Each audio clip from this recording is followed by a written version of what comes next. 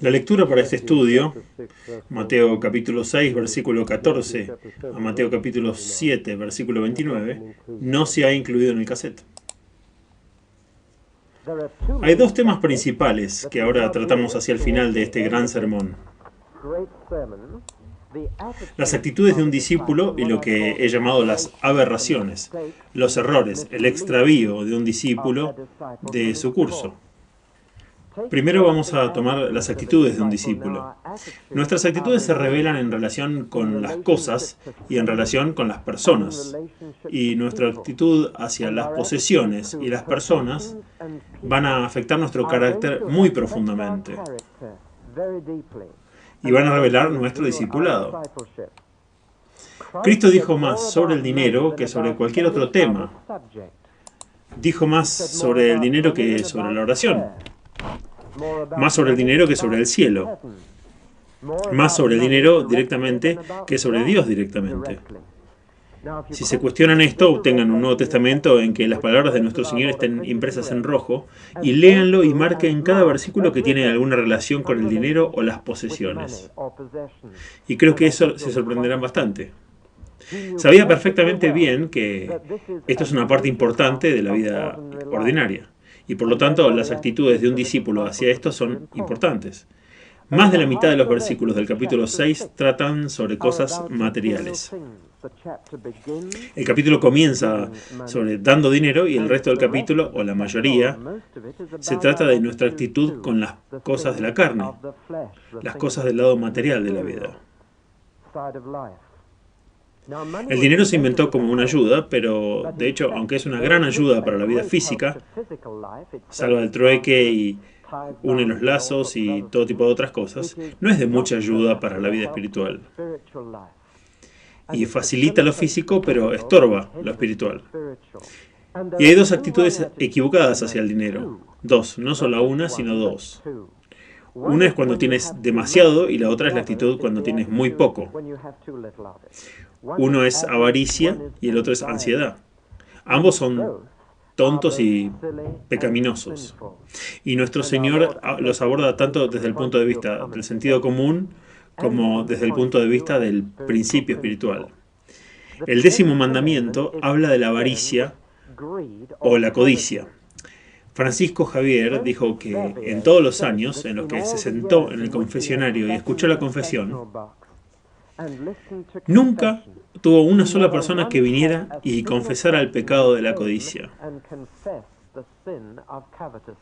Y creo que si le preguntas a cualquier sacerdote hoy la misma pregunta, probablemente subrayaría que se confiesan todo tipo de otros pecados, pero este no. Es el pecado que Saulo de Tarso descubrió que no podía guardar, a pesar de que en lo que respecta a la vida externa estaba en lo tocante a la ley sin culpa. Sabemos que los fariseos combinaban una profunda piedad con el amor al dinero. La declaración se hace en Lucas capítulo 16. Sabemos que los hijos de Dios tienen un anhelo por las ollas de carne de Egipto.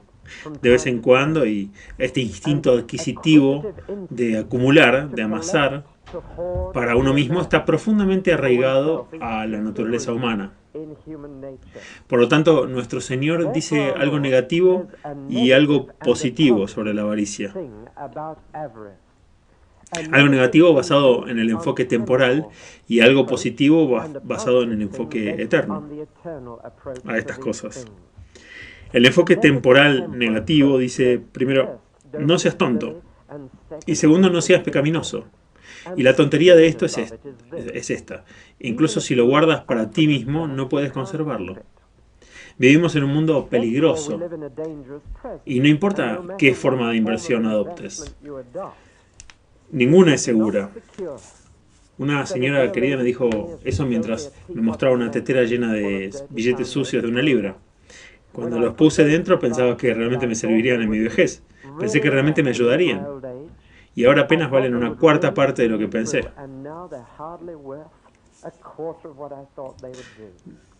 No hay forma de seguridad.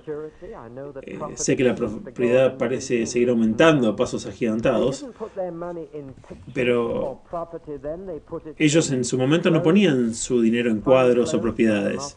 Lo invertían en ropa fina, pero las polillas lo atraparon, lo ponían en grano, pero luego por supuesto están las ratas, y lo ponían en monedas y en metales preciosos.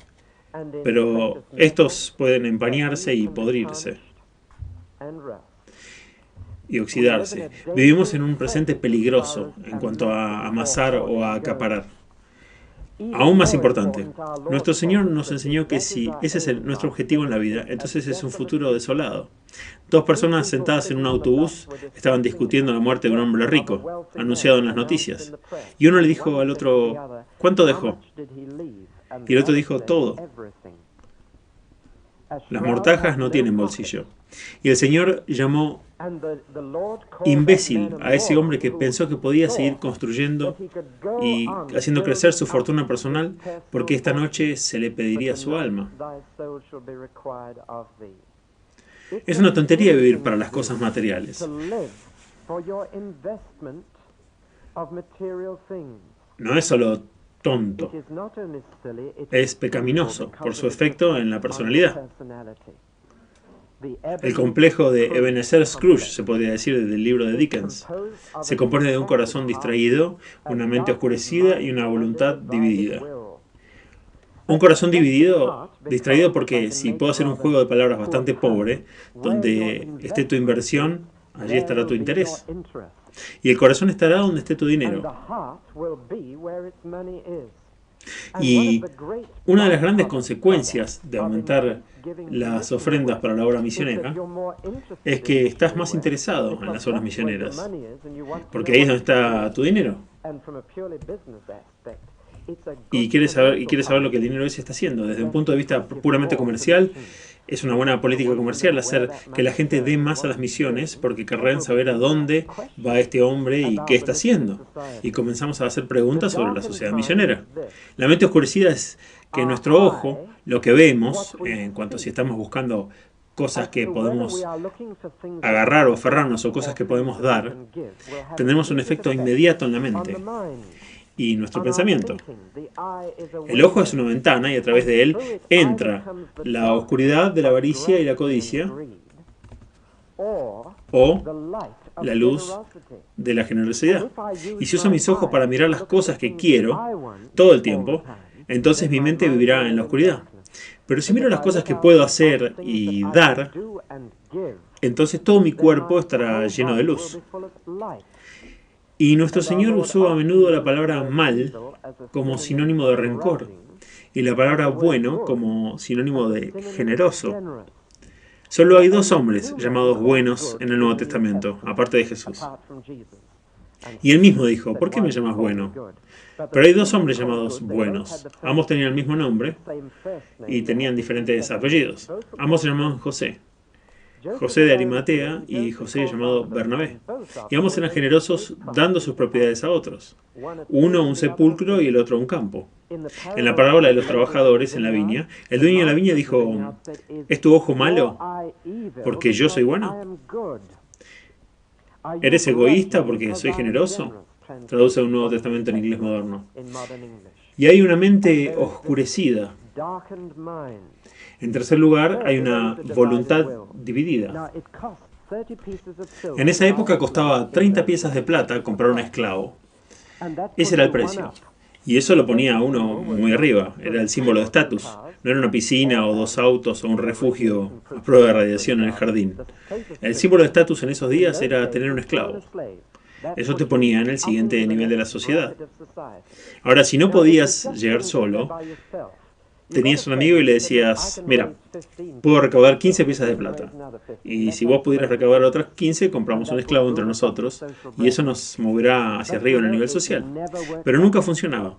Incluso en el empleo involuntario no es fácil trabajar para dos jefes. Es muy difícil. De hecho, una vez estuve en ese puesto en un empleo secular donde estaba bajo la responsabilidad de dos personas. Y simplemente no funciona. Ahora, esto no es un empleo, se está considerando la esclavitud y un esclavo no tiene derechos, ni siquiera a su tiempo libre. Ahora, ¿pueden imaginarse ser un esclavo de dos dueños que en cierto sentido tenían derecho a todo lo que usas? Simplemente no se puede hacer, no funciona. Tarde o temprano comienzas a virar hacia uno u otro. No puedes ser un esclavo de Dios y de Mamón. No puede ser un comprado en cuerpo, mente y alma por ambos. Simplemente no funciona y esta voluntad dividida es uno de los factores que más erosionan el discipulado cristiano. Eso no significa que el dinero en sí mismo es malo. Sí significa que el amor al dinero es la raíz de todo tipo de mal. Mateo 25, Lucas 16 y 1 Timoteo 6 te dicen lo que uno tiene que hacer con su dinero. Guárdelo para usted, pero no en la tierra. Tenga una buena cuenta en el cielo. Es un buen mandato. Jesús no se vuelve altruista y desinteresado. Nuestro Señor menciona con frecuencia el motivo de la recompensa. Y Él no dice que no acumulen tesoros para ustedes, sino que lo den todo. Él dice que guarden un tesoro en el lugar correcto. Esto es sensato. No está siendo demasiado espiritual. Está diciendo, ¿quieren acumular un tesoro? Está perfecto, háganlo. Pero hagan una buena inversión. Mateo 25, Lucas 16 y 1 Timoteo 6 le dicen cómo hacer precisamente eso. Tomemos Lucas 16, una parábola que los cristianos encuentran vergonzosa. Use su dinero para hacer amigos para usted mismo. Este es un texto para que uno predique. Y cuando yo leí primero eso pensé, pero eso es exactamente lo que hacen mis vecinos incrédulos. Si invitan a una copa, ¿qué están haciendo? Sino usando su dinero para hacer amigos. Pero seguramente nuestro Señor no diría este tipo de cosas. Bueno, miremoslo. Calificó esa declaración por todo el contexto de la parábola del mayordomo injusto. No tengo tiempo para exponerla completamente. Él simplemente dijo que el mayordomo injusto era sabio por dos cosas. Primero, se dio cuenta de que sería mejor gastar su dinero en personas que en cosas. Y en segundo lugar, sería mejor gastarlo en el futuro que en el presente. Los hijos de este mundo a menudo son más sabios en su generación que los hijos de la luz. Pero las personas en las que debemos gastarlo y los amigos que debemos hacer son esas personas que nos darán la bienvenida en el cielo. Y eso altera toda la perspectiva. Y las personas en las que gastar tu dinero, si quieres ser bienvenido en el cielo y si quieres tener un buen saldo bancario allí, son primero los inconversos que te bendecirán por dar ese dinero para que un misionero pueda ir y decirle las buenas nuevas de Cristo.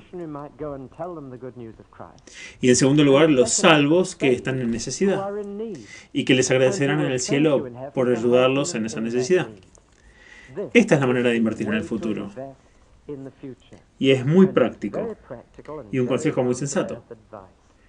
En los días de la persecución de Decio en Roma, un prefecto romano irrumpió en una iglesia cristiana en una reunión de adoración y dijo, muéstrenme sus tesoros.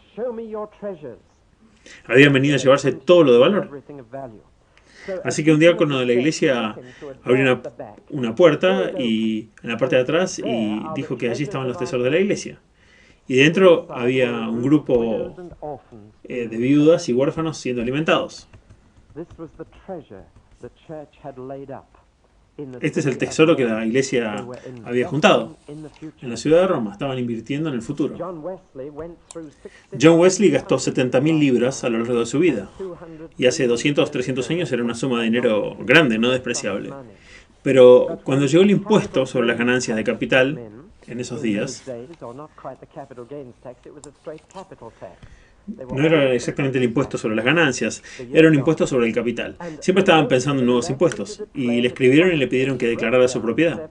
Y él anotó 7 cucharas de plata, algunas de las cuales están en Bristol y otras están aquí en Londres. Inmediatamente enviaron a un inspector de impuestos para tratar con él. Pero de hecho descubrieron que había devuelto un formulario de impuestos exacto. Ahora, la actitud incorrecta, la otra actitud hacia las posiciones es la ansiedad cuando tienes muy poco. avaricia cuando tienes mucho y quieres guardarlo para ti, o ansiedad cuando tienes muy poco. Tenemos que recordar que nuestro Señor estaba hablando a personas que trabajaban un día a la vez, por un salario de 1 libra y 6 peniques.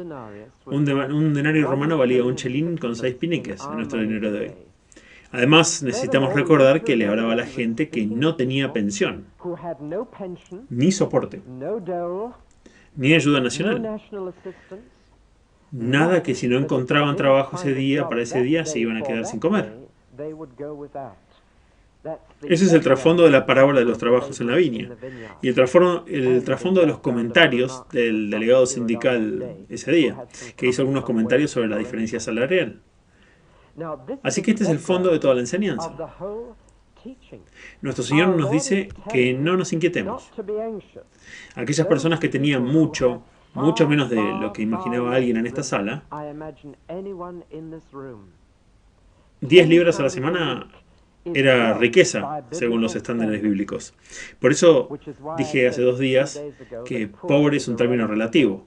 Cuando nuestro Señor habla de los peligros que acechan a los ricos, se refiere a 10 libras a la semana. Eso es rico. Eso es riqueza según sus normas. Y así fue con las personas que tenían mucho menos que nosotros. Y si les decía a ellos que era un pecado estar ansioso, ¿cuánto más pecamos cuando con muchos más recursos estamos ansiosos por las cosas materiales? Otra vez hay un negativo y un positivo. ¿Cómo nuestro Señor equilibró estos dos aspectos de la enseñanza? Puedo decir que en nuestra era existencial, en la que la tolerancia se exalta como una virtud y en la que la verdad se considera relativa, si alguna vez vamos a predicar la verdad, tenemos que predicar tanto negativa como positivamente. Tienes que decirle a la gente lo que no significa y lo que significa. En una era en la que el relativismo es el enfoque de la verdad. Solo de esta manera puedes definir la verdad absoluta en una era relativa. Y nuestro Señor siempre estaba haciendo esto. Lo que no es y lo que es. Lo negativo y lo positivo. Y lo negativo es esto. No se angustien. La versión autorizada es una de esas traducciones que se entendía bien hace 350 años, pero lamentablemente es engañosa hoy. No pienses en el mañana. Nuestro Señor nunca alentó la ociosidad, nunca alentó la falta de pensamiento, y nuestra charla desde el principio subrayó esto tremendamente. Nunca alentó o desanimó la previsión, sino que animó a pensar en el futuro. Tyndale Cranmer y la Biblia de Ginebra tienen la palabra "no tengas cuidado por mañana". Y eso originalmente significa estar lleno de cuidado, como Marta preocupada por muchas cosas. Y no estar ansioso es quizás la mejor traducción. No te preocupes. Preocuparse ahora es terriblemente tonto por 4 razones. Una de las cuales no se las dije.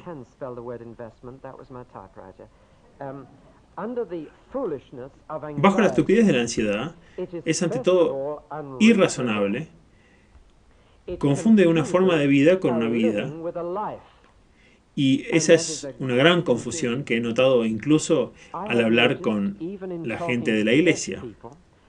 Cuando hablan de sus hijos e hijas adultos y dicen que lo han hecho muy bien, y digo, ¿qué quieren decir? En casi todos los casos se responde en términos de ganarse la vida.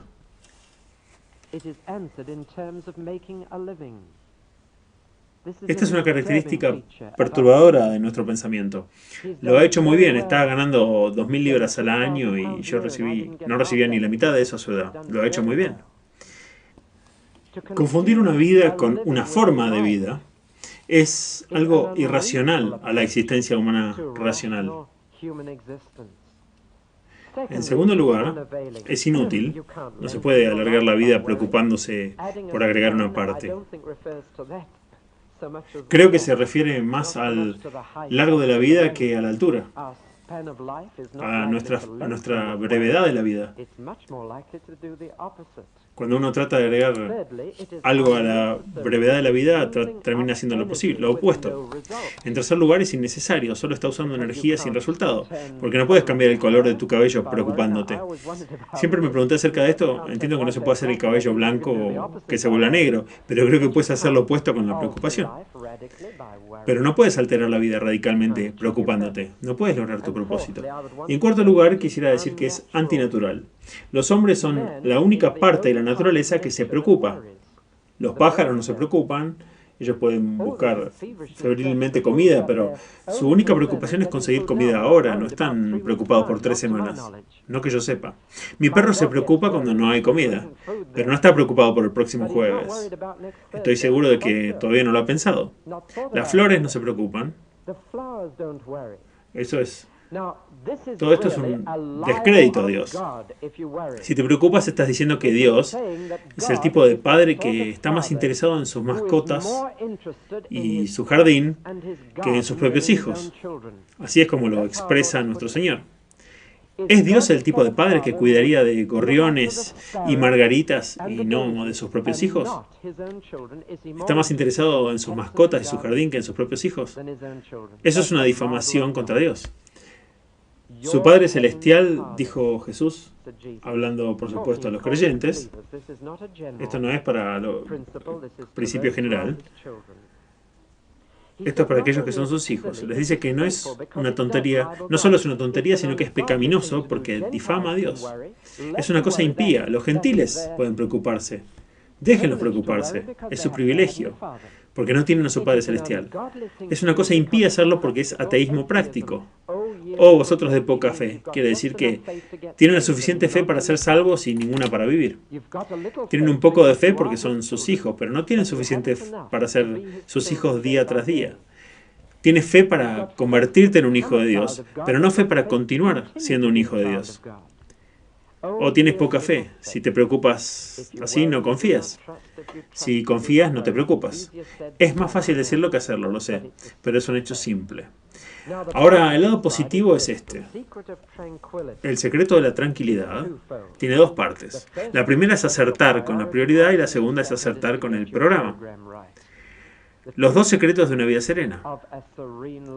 Hemos tenido mucho sobre prioridades y objetivos y sobre cómo equilibrar nuestros roles en la vida. Nuestras prioridades son la primera preocupación al tratar con los problemas. ¿Cuál es su primera preocupación? Eso determinará qué tan preocupado estás por la comida y la ropa y las cosas por las cuales vivir. Bien.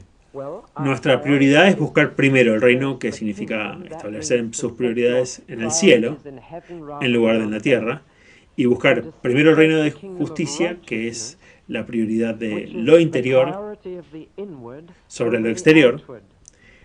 No dice solamente buscar solo el reino de justicia, es buscar primero. Por supuesto que debemos pensar en la comida y la ropa. Especialmente si tenemos una familia, el que no provee para su propia casa es peor que un incrédulo, dice el Nuevo Testamento. Muy práctico. Parte del consejo de Pablo para las personas con familia. Pero dice que esa no es la prioridad en la vida. Busca eso primero y busca estas cosas después, en segundo lugar. Sí, pero busca en el reino primero y su prioridad mantendrá su pensamiento en perspectiva. Lo segundo es que su programa está dividido por naturaleza en unidades de 24 horas. La confianza espiritual debe dividirse en las mismas unidades para vivir un día a la vez. No significa que no piense en la próxima semana, pero sí significa que en lo que respecta a los problemas y las cargas de la vida, no intento solucionarlo antes de que me encuentre con ellos. No cruzo mis puentes antes de llegar a ellos. Es suficiente esa unidad de 24 horas. Es todo lo que tenemos que llevar. La fuerza de tu vida social, o como alguien lo ha dicho en alguna conferencia, como tu fuerza, así serán tus días. Bueno, ahora déjeme seguir adelante. Pablo dijo que había aprendido en todas las cosas a estar contento, con mucho o con poco, con todas las cosas o con nada. ¿Qué piensan que es lo más difícil para la naturaleza humana? ¿Contentarse con mucho o contentarse con poco? No creo que hay mucho para elegir entre ellos. Conozco a algunos cristianos que están muy bien. De hecho, conozco a otros cristianos que son muy pobres. Encuentro que Dios puede producir contentamiento en ambas situaciones. Y que cuando Él tiene eso, entonces puede usar la riqueza de un hombre rico y la pobreza de un hombre pobre, para su gloria. Ambas son lecciones maravillosas. Estar contento ya sea que seas rico o pobre. Generalmente encuentro entre los incrédulos que son los ricos los que están menos contentos y los que se ponen más ansiosos. Pero aquí tenemos dos actitudes equivocadas: la avaricia y la ansiedad. Nuestras actitudes hacia las personas, ahora, nuestra parte más vital de la vida diaria. Y estamos tratando primero con la caridad de nuestra mente, la discriminación que debemos ejercer, y segundo, con la caridad de nuestra mano, en nuestra distribución de regalos. La caridad de la mente, permítanme decir que de inmediato que esta primera frase, no juzgues, en el capítulo 6 ha sido ampliamente abusada para significar que nunca debes examinar otra vida, que nunca debes discriminar, que nunca debes aventurar una opinión, que nunca debes llegar a una conclusión. Cualquier cosa como eso es juzgar. Tratemos de deshacernos de eso. Primero que todo debe haber juicio en la sociedad.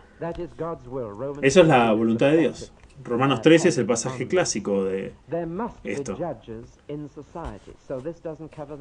Debe haber jueces en la sociedad, así que eso no entra. Segundo, debe haber juicio dentro de la iglesia. 1 Corintios 5:12 y siguientes dice algo como esto: no debes juzgar a los de fuera, pero debes juzgar a los de adentro.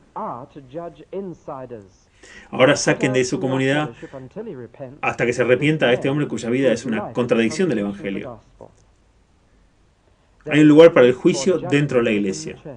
Y siguiendo lo de anoche, diría que una de las dificultades de tener una iglesia separada para los jóvenes es que a esta iglesia les faltará una de las marcas que los reformadores dijeron que era vital para una iglesia verdadera: la marca de la disciplina y el poder de tener la llave. Y agregaría a la definición que tuvimos anoche de la iglesia organizada como una disciplina común. Y aquí es donde los mayores necesitan los jóvenes y los jóvenes necesitan los mayores, si podemos reunirlos. Si vamos a tener una iglesia separada para los jóvenes, debemos nombrar ancianos de entre esos jóvenes para ejercer la disciplina. Le sucedió a una iglesia de jóvenes en Stockport que se reunía en un club de jóvenes. Las iglesias locales no los aceptaron, aunque había cerca de 200 jóvenes en esa iglesia. Y finalmente se convirtieron ellos en una iglesia de gente joven. Pero inmediatamente tenían ancianos y sacramentos y todo lo que los hacía una iglesia apropiada. Pero fue la disciplina que dejaron hasta que fueron debidamente formados en una iglesia. Hay un lugar para el juicio en la iglesia. Hay un lugar para el juicio en la familia. Si un hombre no puede gobernar su propia casa, no es apto para la casa de Dios. Hemos escuchado que ya en esta conferencia, esto que digo ahora, hay un lugar para el juicio. ¿Azotar o no azotar? Esa es la cuestión. Pero, ¿qué significa esto? De nuevo, puede haber demasiada discriminación y muy poca en nuestras relaciones con las personas. Y no juzguen para que no sean juzgados se refiere a demasiado. Significa convertirte en juez en lugar del jurado. Significa sentenciar o condenar en lugar de examinar. La palabra juzgar no significa intentar, sino condenar a sentencia. Y obviamente se refiere a esa actitud hipócrita que siempre está descartando a la gente. Y este tipo de cosas, por supuesto, está mal en el cristiano. Si significara que nunca debemos examinar y evaluar a otra persona, Entonces nuestro Señor contradice esto solo unos versículos más adelante cuando habla de los cerdos y cuando dice cuidado con los falsos profetas. ¿Cómo vamos a hacer cualquiera de estas dos cosas si nunca podemos examinar y evaluar otra vida? Pero se refiere a esta actitud de condenar a todos y a todo con demasiada facilidad. En este punto, nuestro Señor usa el humor. Creo que a menudo nosotros nos perdemos el humor en la enseñanza del Señor porque somos occidentales y no orientales. He leído algunos de los pasajes del Señor a los árabes y descubrí que encontraron el punto gracioso. Vieron el humor. Cuando nuestro Señor hablaba sobre el camello que pasaba por el ojo de la aguja, los comentaristas occidentales de mente literal tienen que decir que hay una pequeña puerta en Jerusalén que es demasiado pequeña para los camellos. ¡Qué basura! Es falso. No hay una puertecita en Jerusalén como esa. El guía te la va a mostrar porque le pagan para mostrarte lo que quieres ver. Pero no hay tal cosa. Es una hipérbole. Es humor. Si le lees a una congregación del Medio Oriente hoy la vida de un tipo que toma cuidadosamente la cucharita y saca un mosquito de su café y luego se traga la joroba del camello, todo el mundo estaría tirando al piso de risa. Y aquí hay humor otra vez. Aquí hay un tipo que camina con una viga en el techo clavada en el ojo. Tiene un tirante en el ojo. Y dice, disculpe un momento, ¿le importaría sostener esto? Hay un pequeño palito en su ojo. Eso es humor. Es humor oriental. Y depende de un sentido diferente de proporción a nuestro literalismo occidental. Una y otra vez los comentaristas pierden el humor, como cuando Isaías dice, el barro le dice al alfarero, no me has dado manijas. Es algo gracioso. Y cuando lees la Biblia a través de los ojos del Medio Oriente, sale el humor. Y nuestro Señor aquí dice que está esta persona y usa la palabra viga del techo, con una viga del techo atascada en la cuenca del ojo, y tiene que cargarla y dice, disculpe, no le molesta que se lo diga, ¿verdad? Por supuesto que es ridículo. Fíjense que nuestro Señor no está diciendo que no debe señalar la astilla. Él dice que te deshagas de la viga del techo y luego podrás ver correctamente. Podría ser que ni siquiera hubiera una astilla, o podría ser otra viga de techo, pero al menos verás lo que es. Y con humor, Él nos muestra el punto. Alguien solía decir que si señalas a otra persona, tiene 3 dedos apuntando a ti mismo. Lo siguiente que dice es que no solo te contradices porque sufres de cosas peores, sino que te condenas a ti mismo. Cada juicio que haces de otra persona muestra la luz que tiene. Y por lo tanto, ese es el estándar por el cual será juzgado. Y cuando condenas a este hombre por esa astilla, muestra que entiendo que eso está mal. Por lo tanto, si hay algún rastro de eso en mi vida, seré juzgado en mi vida porque mi crítica hacia él muestra que yo sabía perfectamente que estaba mal. Según el juicio que hagas, serás juzgado. Philip Brooks, el gran predicador, dijo que si ves una falla en cualquier otro hombre o en cualquier otra iglesia, mira para ver si esa falla está en ti o en tu propia iglesia. Es un consejo sabio. El otro extremo, por supuesto, es muy poca discriminación. Suponiendo que todo el mundo está perfectamente bien, ese tipo de interpretación fácil e ingenua de la naturaleza humana, la bondad original de los hombres. Nuestro Señor dice que no debemos ser el juez que condena a todos, pero sí necesitamos ser el jurado y examinar. Necesitamos probar. Y hay ciertas personas que no son aptas ni capaces de recibir cosas sagradas. Hay personas que son perros. Aquí hay un texto para ustedes. Cuidado con los perros. Directamente de Filipenses 3. Gran texto. Hay toda clase de perros en el mundo, pero cuando vas al Medio Oriente y ves a los perros salvajes en las ruinas en el desierto, sabes lo que nuestro Señor quiso decir cuando dijo perros y cerdos también. Hay ciertas personas que si les das cosas santas, las despreciarán el regalo y atacarán al dador. Nuestro Señor no le dijo una palabra a Herodes, dijo que era un zorro y que no diría una sola palabra ni haría nada en su presencia. Porque ese hombre solamente quería explotar a nuestro Señor por un poco de entretenimiento. El Señor no iba a jugar con tales perros y con tal zorro. Necesitamos discriminación. Nuestro Señor no usó mucho la palabra Padre en público. Era algo demasiado sagrado para hacerlo libremente. Creo que esto se aplica a nuestro testimonio y a nuestra adoración. Necesitamos ser muy sabios en cuanto a lo que le damos a la gente. Demasiado rápido, con demasiada facilidad, antes de que estén listos para recibirlo. Vamos a hablar ahora de la caridad. Esta no es una sección fuera de lugar sobre la oración, como algunos han pensado, aunque el versículo 7 es una ley clásica de la oración.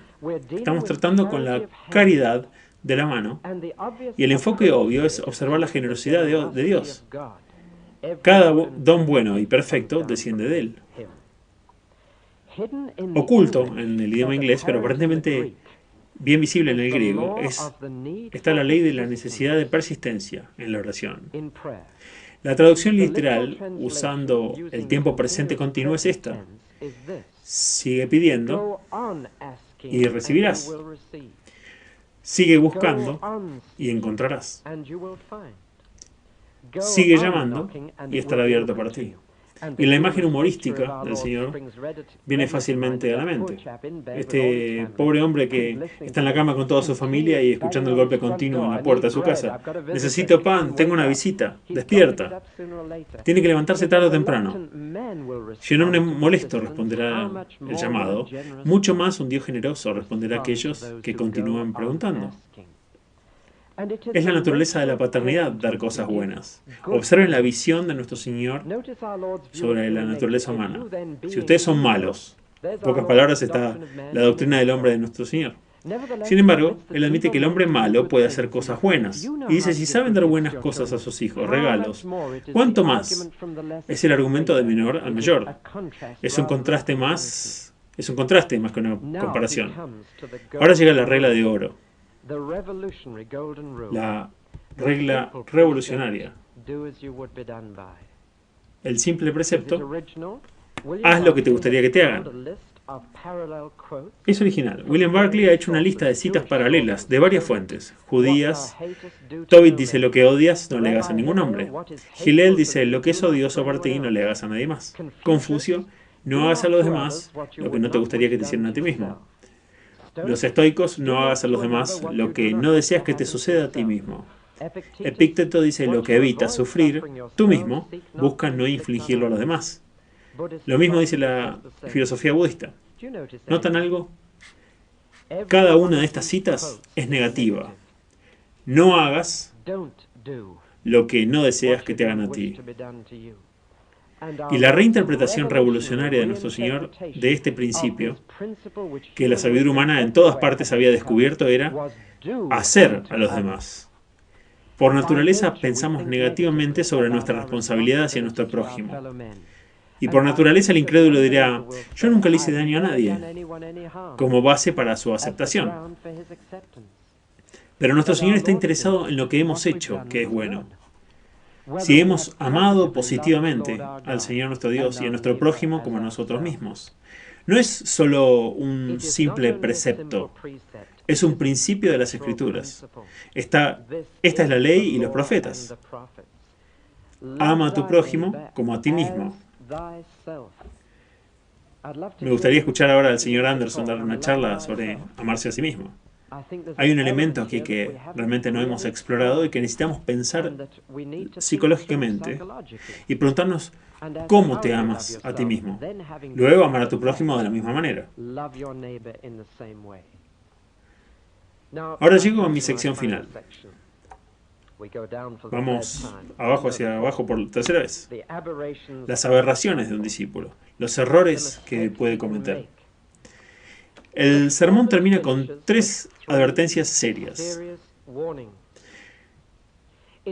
También termina, y predica entre ustedes, por favor nótenlo, con una apelación para decidirse y un veredicto, presentando las posibles alternativas delante de los oyentes. Es una homilética brillante, y nuestro Señor fue un maestro y predicador inigualable. Él habla de 2 caminos, 2 árboles y 2 casas. Y algunos de ustedes, estoy seguro que me han escuchado hablar sobre esta última parte del sermón más de una vez. Primero, ¿cuál es la meta? Un cristiano es aquel que vive como Abraham, con sus ojos fijos en el futuro. Como Moisés está viendo lo invisible. Una ciudad cuyo constructor y arquitecto es Dios. Él tiene una perspectiva que está en el futuro. No hace comparaciones en el presente, sino en el futuro.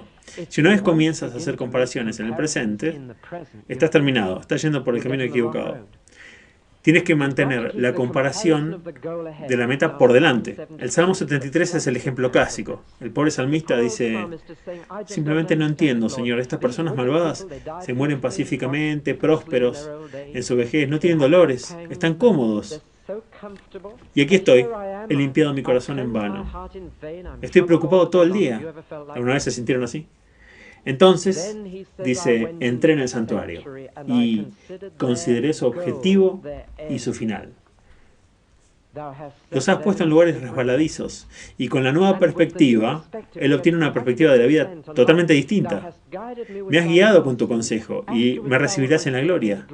¿A quién tengo en el cielo o en la tierra fuera de ti? De repente toda la perspectiva cambió porque la comparación es con el objetivo. Cuando comparó los caminos, llegó a una conclusión equivocada y decidió que había perdido el tiempo tratando de ser un hombre piadoso. Pero cuando volvió a poner sus ojos en la meta, la comparación se desvaneció y él estaba atravesando el peligro. Jesús dijo que si comparas los caminos, uno va a tomar la decisión equivocada. Miren el camino al infierno, dice. Es ancho, puedes llevar mucho equipaje contigo en el camino al infierno. Puedes tener muchas ideas amplias, una mente abierta. Es un camino amplio, no solo es ancho, es fácil, es congenial con la naturaleza. Puedes pasar, no hay colinas ni curvas cerradas. Es un camino fácil y es un camino lleno de gente. Como alguien dijo, es el paraíso para el clima, pero el infierno para la compañía. Y el camino aquí es el mismo. Si quieres caminar con gente rica, gente agradable, gente inteligente, gente racional, elocuente, gente feliz e incluso buena gente, entonces el camino al infierno es el camino para caminar. La mayoría van por él. Eso es compañía. Uno va marchando por un precipicio. El otro camino, el que lleva al cielo, no es muy atractivo. Es angosto. Digámosle a los jóvenes que es angosto. Avisémosle a ellos antes de que pongan una mano en el arado. Es angosto, es tan angosto, la puerta es tan angosta que tienes que dejar atrás tus pecados. Puede que tengas que dejar atrás a tus amigos, a tus familiares, aunque querrás tratar de traerlos después contigo. Tienes que dejar atrás muchas de tus ideas. Es un camino angosto. Y el mundo lo considera angosto y te dirán que tú eres un angosto. Pero te lleva a la vida. Y en segundo lugar es difícil. Digámosle a los jóvenes que es difícil ser cristiano. Estoy citando a Browning, es difícil ser cristiano. Las tarifas de entrada, las suscripciones anuales, todo es difícil y está vacío. No creas en aquellos que dicen que el camino hacia arriba es suave y probablemente por eso está vacío. Quizás seas el único cristiano en el lugar de tu trabajo. Puedes ser la única persona en tu clase de la escuela, en un camino solitario. Y debemos enfrentar que tienes a Cristo, pero no tienes a muchos otros. Somos una minoría y muchos cristianos están muy solos. Es la única religión en el mundo en la que no puedes nacer. Es por eso que hay tan pocos. El progreso del peregrino de Bunyan es una personificación inigualable de esta sección del Sermón de la Montaña. No tuvo muchos compañeros a lo largo de su viaje, este hombre. Fue un camino estrecho, duro, vacío. Y es por eso que muchas veces perdía de vista la ciudad celestial y su objetivo, y veía un camino más fácil a través de la pradera. Veía compañía agradable y se salía del camino porque perdió su objetivo. Por supuesto, la verdadera diferencia está en el destino. Uno lleva a la destrucción y el otro a la vida. El cristianismo es un camino a la vida, así como también un camino de vida. Ahora llegamos al segundo peligro. Que te equivocas de guía, que uno necesita guías, pero existe un terrible peligro de que te equivoques de guía. Desde el mismo comienzo de la revelación de Dios, de su palabra a los hombres, ha habido quienes pretendían revelar su palabra, pero que eran falsos profetas. Y nuestro Señor advierte a los cristianos sobre esto. Hay lobos. Y el comentario de John Wesley sobre esta frase, lobos, es esta. Muy por encima de asesinos ordinarios, estos asesinan las almas de los hombres. Falsos profetas. Son voraces. Eso significa que están deseosos de su propio poder, prestigio, popularidad. Son codiciosos para ellos mismos. Descubrirlos es muy difícil, en primer lugar, por sus enseñanzas. Dicen cosas muy bonitas, dicen paz, paz, cuando no hay paz. Hablan del cielo, pero no del infierno. Hablan del perdón de Dios, pero no de su castigo. Hablan de su misericordia, pero no de su justicia. Y encuentro que los falsos profetas no dicen una mentira, dicen una verdad a medias. Es muy difícil detectar eso y requiere un análisis muy cuidadoso. En segundo lugar, uno no puede distinguirlos por su apariencia. El pastor, en el Medio Oriente, usa una piel. Las ovejas dicen, es uno de nosotros. Lleva un abrigo como nosotros. Usa un vellón cuando está frío. Pero aquí hay un lobo que usa un vellón. Su apariencia es la de uno del rebaño. Me parece que una de las cosas más difíciles en estos días es recordarme que las personas que son las guías más peligrosas para el rebaño son aquellos que parecen ovejas. Que el diablo va a venir como un ángel de luz. Que el anticristo tendrá la apariencia del cordero. ¿Notaron eso en Apocalipsis? Y como es muy fácil ser engañado por alguien que aparentemente es un pastor cariñoso, un buen hombre, un cristiano en apariencia, pero que sin embargo, por su perversión de la verdad, va a descarriar a la gente. No se puede decir por su fervor. Podría clamar, Señor, Señor, pero eso no quiere decir que el Señor lo conoce. O que tiene esa relación íntima con Él que lo hace un verdadero profeta. Y ni siquiera puedes darte cuenta por sus milagros. Jesús dijo que harán milagros en mi nombre. Harán prodigios y señales, pero el poder está en el nombre, no en el profeta. Y necesitamos recordar que ahora en estos días es vital para nosotros discernir y probar todas las cosas. No para apagar el espíritu, sino para probar todo y probar lo que es bueno. Están sucediendo cosas buenas y están sucediendo cosas falsas. Y nosotros necesitamos discernimiento del espíritu para no ser descarriados por guías falsos. La única prueba real de un profeta es el fruto que da en su propio carácter, el fruto del espíritu y en la vida de otras personas. Al unir a las personas al Señor y a su iglesia, en lugar de al mismo profeta. Esta es una muy buena prueba, si ese hombre es así. Cuando ha ministrado, deja a las personas más cerca del Señor y más dependientes del Señor, o simplemente atrae tras de sí a sus propios seguidores y admiradores. Esta es una muy buena prueba, lo que es el trabajo perdurable de un hombre. Emil Brunner, el gran teólogo, caminaba por Oxford Street y vio a un hombre con una tabla de propaganda en el pecho. Common Joe's, no me acuerdo la marca, pero puede haber sido cualquiera. Brunner miró el rostro del hombre y estaba contraído y hambriento. Y Emil Brunner dijo, esta es mi vida como teólogo. Estoy publicitando a Dios y tengo hambre. Y fue entonces cuando salió de su salón de conferencias y se lanzó a ser evangelista y al servicio social que lo caracterizó durante tantos años. El falso profeta está en el acaparamiento, está en el anuncio en sí mismo. No está en el fruto que viene de permanecer en Cristo. Y ahora finalmente vamos al suelo. Jesús había sido carpintero y entregaba puertas y marcos de ventanas al edificio donde el constructor estaba ocupado y sabía perfectamente sobre la construcción, conocía bien. Este es su tema ahora, la construcción barata. Para los visitantes extranjeros significa construir de una manera pobre y de mala calidad. Significa construir una cosa mala, una casa mala que no durará y que no es una buena construcción. Jesús sabía todo esto. Nunca voy a olvidar que en las Islas Shetland, cuando me mostraron una casa que fue construida sobre arena, que había estado en pie durante 70 años sin una grieta. El verdadero secreto de esto era que estaba construida sobre arena mojada. Era una lengua de arena que unía una isla con otra. Y el hombre la había construido sobre arena mojada y la arena la sostenía.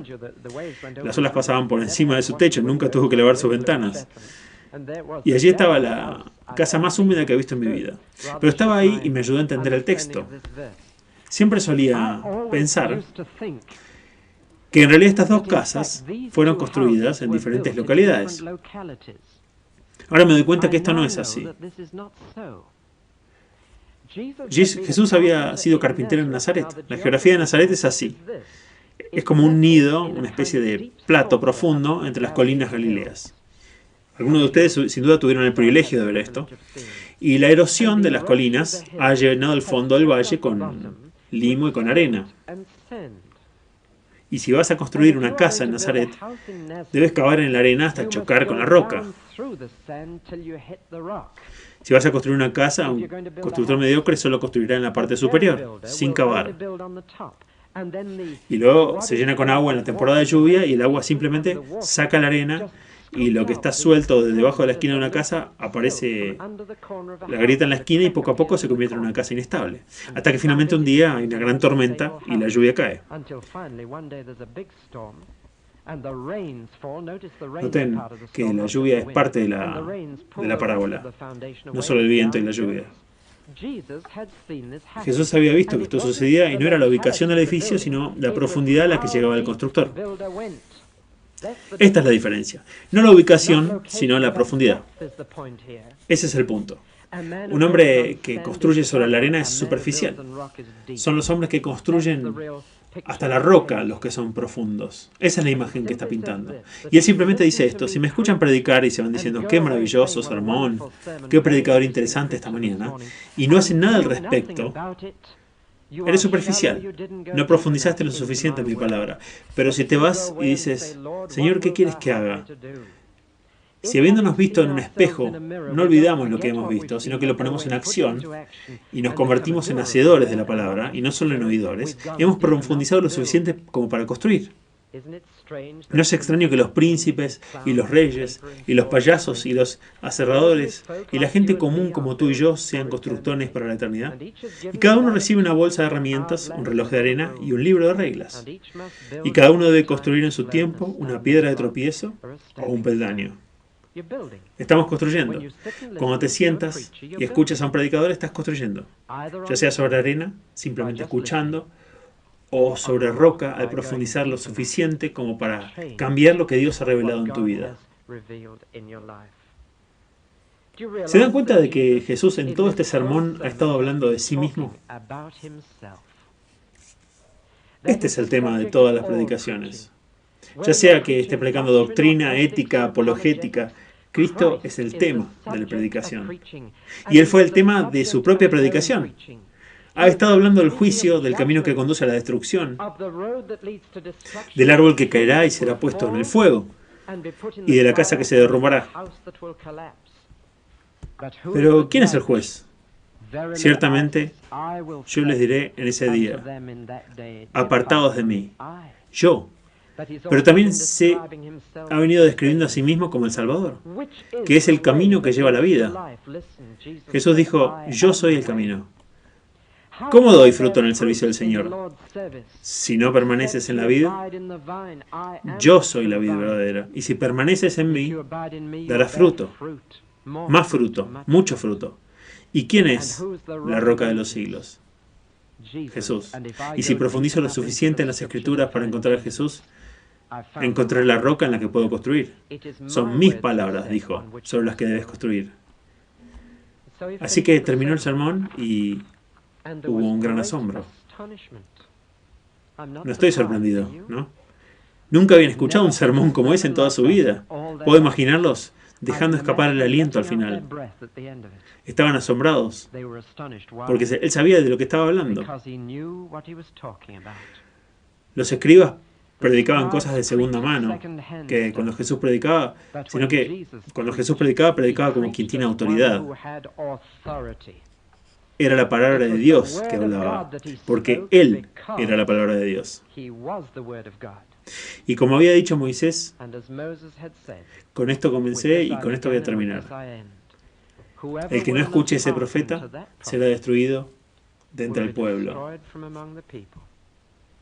Amén.